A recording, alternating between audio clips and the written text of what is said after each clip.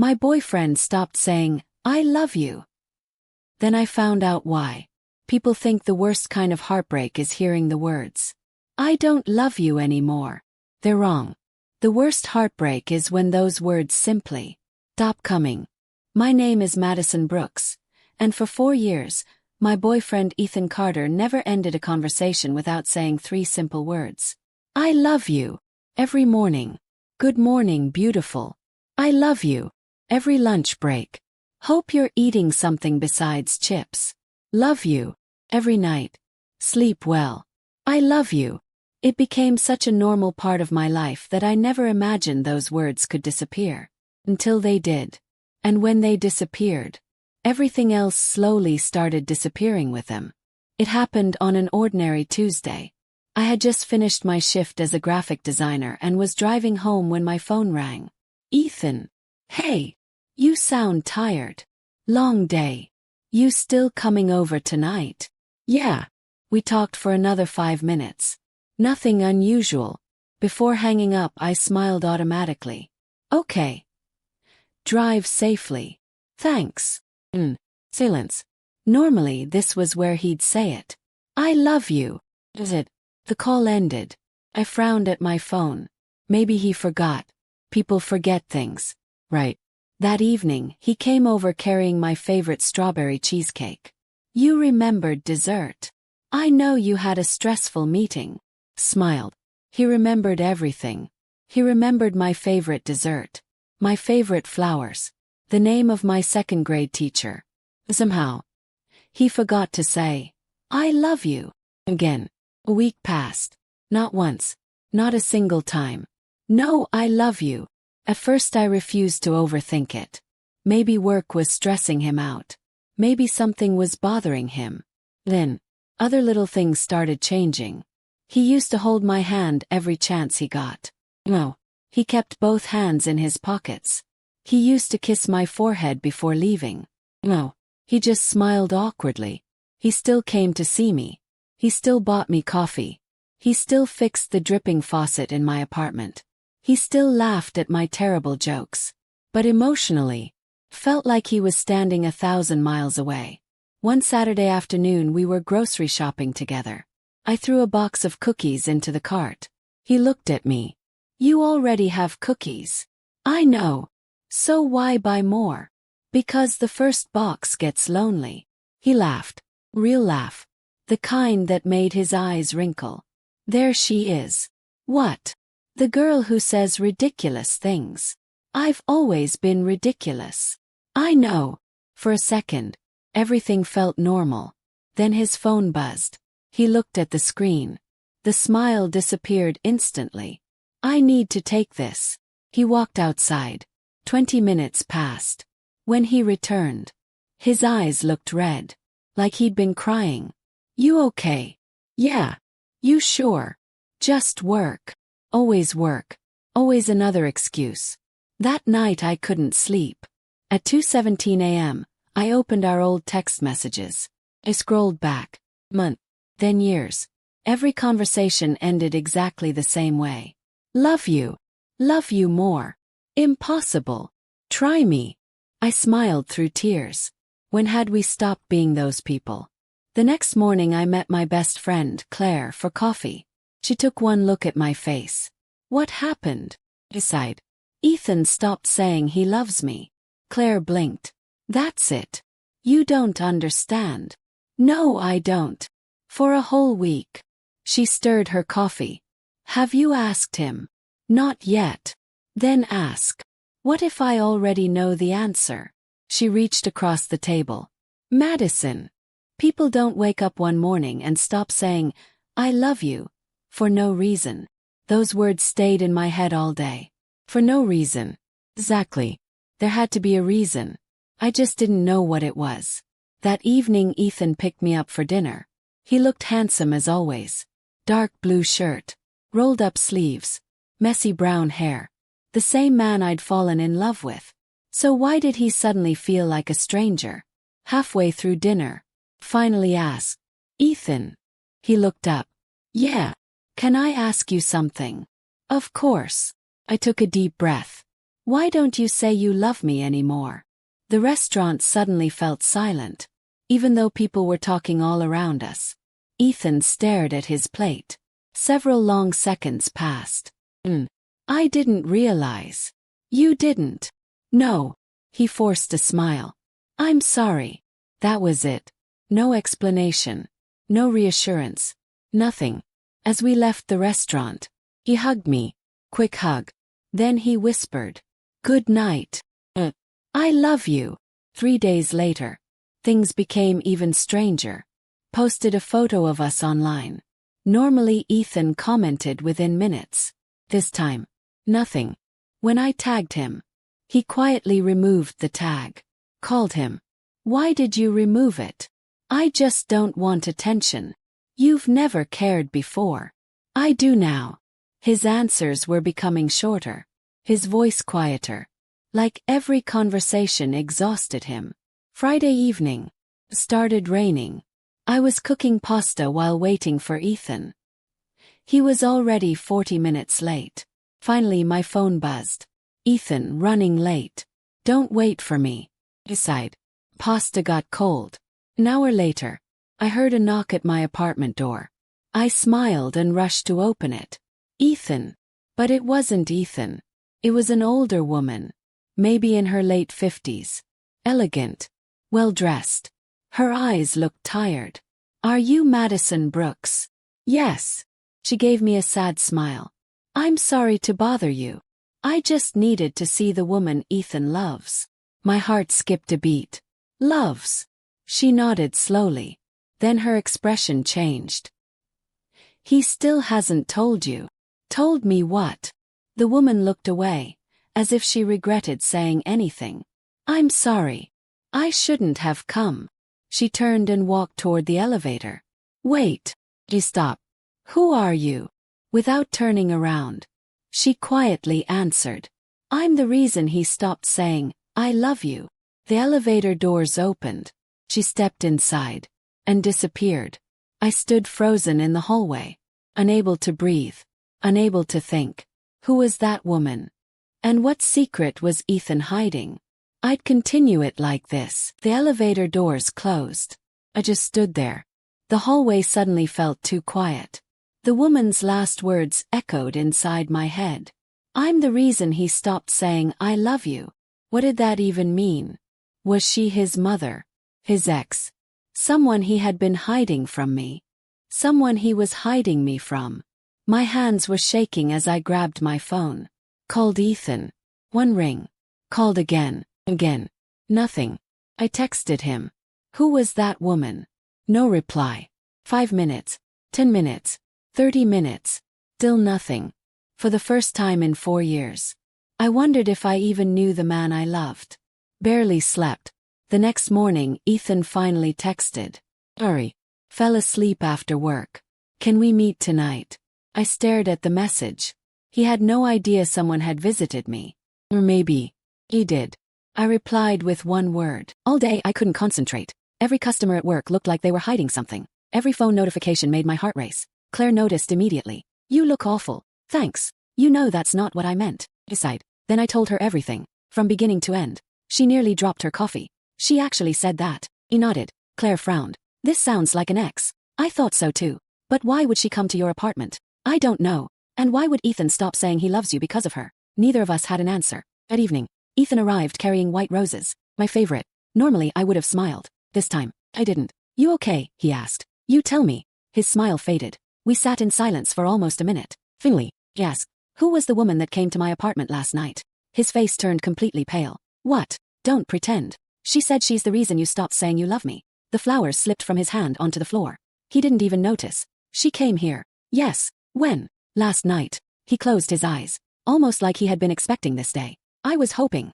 He whispered. She wouldn't find you. My heart sank. So you know her? Yes. Who is she? He looked away. I can't tell you. I stood up. You can't. I promised. A promise is more important than me. His voice cracked. You don't understand. Then make me understand. People at nearby tables started looking at us. Ethan lowered his voice. Please.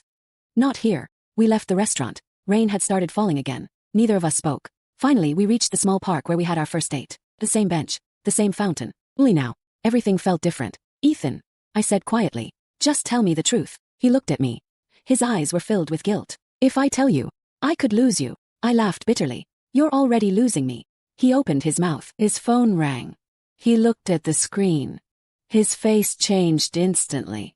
Not fear. Panic. I have to go. I couldn't believe it. No. What? You don't get to walk away this time. I don't have a choice. You always have a choice. He grabbed my shoulders gently. I'm sorry. He ran. Actually ran, leaving me standing in the rain. The next 3 days, he disappeared. No calls, no visits, only one text every evening. I'm okay. Nothing else. Not where he was. Not what he was doing. Not why. I cried myself to sleep every night. Maybe it really was over. Maybe Claire had been right. Maybe people don't stop saying, I love you, unless they stop feeling it. On the 4th day, something unexpected happened. My apartment buzzer rang. When I opened the door, the same woman was standing there again. This time, she looked exhausted. May I come in? Every instinct told me to say no. Is it? I stepped aside. She looked around my apartment.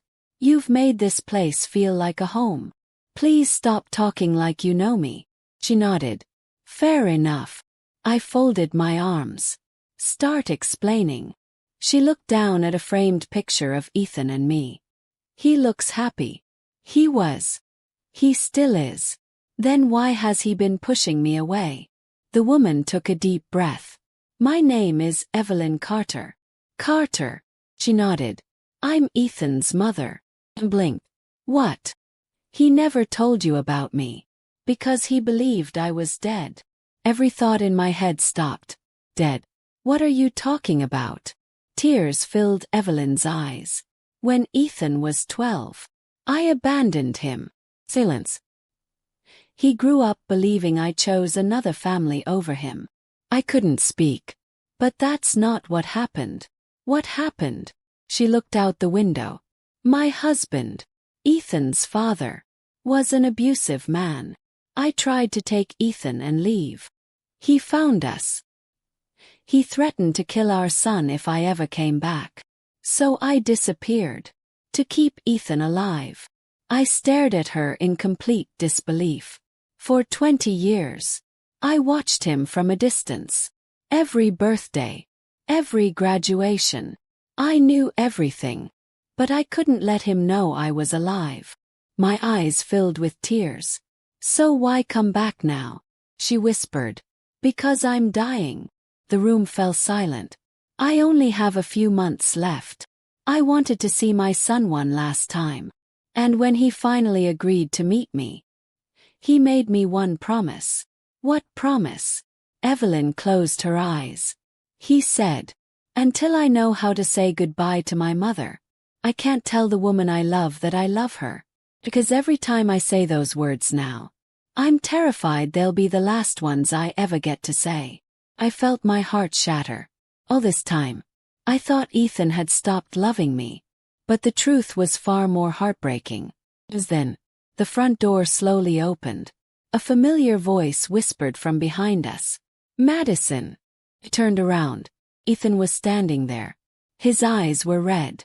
He had heard. Ethan. Neither of us moved. The apartment was completely silent. His eyes shifted from me to the woman sitting on my couch. His mother. For years, he had believed she was gone forever. Now she was here. Weak, fragile, and running out of time. Ethan quietly closed the front door behind him. I didn't want you to find out like this. I looked at him through tear-filled eyes. Then how did you want me to find out? He didn't answer. Because there wasn't a good answer. A few moments later, Evelyn stood up. I should leave. Ethan immediately shook his head. No. I've already caused enough pain. You didn't. She gave him a sad smile. I disappeared from your life. I wasn't there when you graduated. I wasn't there on your birthdays. I wasn't there when you got your first job. I wasn't there when your heart was broken. A tear rolled down Ethan's cheek. You were trying to save me. She looked down. I still left you alone. Without thinking, Ethan walked over and hugged her. For a few seconds, nobody spoke. Years of pain disappeared into one silent embrace. I quietly wiped my tears. Some moments didn't need words. Over the next few weeks, everything changed. Ethan visited his mother almost every day. Sometimes I went with him. Sometimes I gave them space. One afternoon we sat together in a small park. Evelyn laughed as children chased pigeons across the grass. I used to bring Ethan here. She smiled. He was terrified of birds. Ethan laughed. I was 5. You climbed onto a bench because one pigeon looked at you. It was a very suspicious pigeon. I couldn't stop laughing. So that's where your dramatic personality comes from. I've always been dramatic. You definitely have. For the first time in weeks, life almost felt normal again. But one question still lived inside my heart. At evening, after dropping Evelyn home, finally asked, Ethan, can I ask you something? He nodded. Anything. I looked out the car window. Why didn't you just tell me the truth? I would have stayed. I would have understood. His hands tightened around the steering wheel. I know. So why? He took a deep breath. When my mother came back, I realized something. What? I was terrified of losing her. He nodded. And then I started imagining losing you too. I couldn't sleep. I couldn't think. Every time I looked at you, I imagined what it would feel like if one day you weren't there. He laughed softly. I know it sounds stupid. It doesn't. He continued. So I stopped saying, I love you. He frowned. Why? Because every time I said those words, I heard them in my head as goodbye. I thought, if I said them less often, they would hurt less if I lost someone. I reached over and held his hand.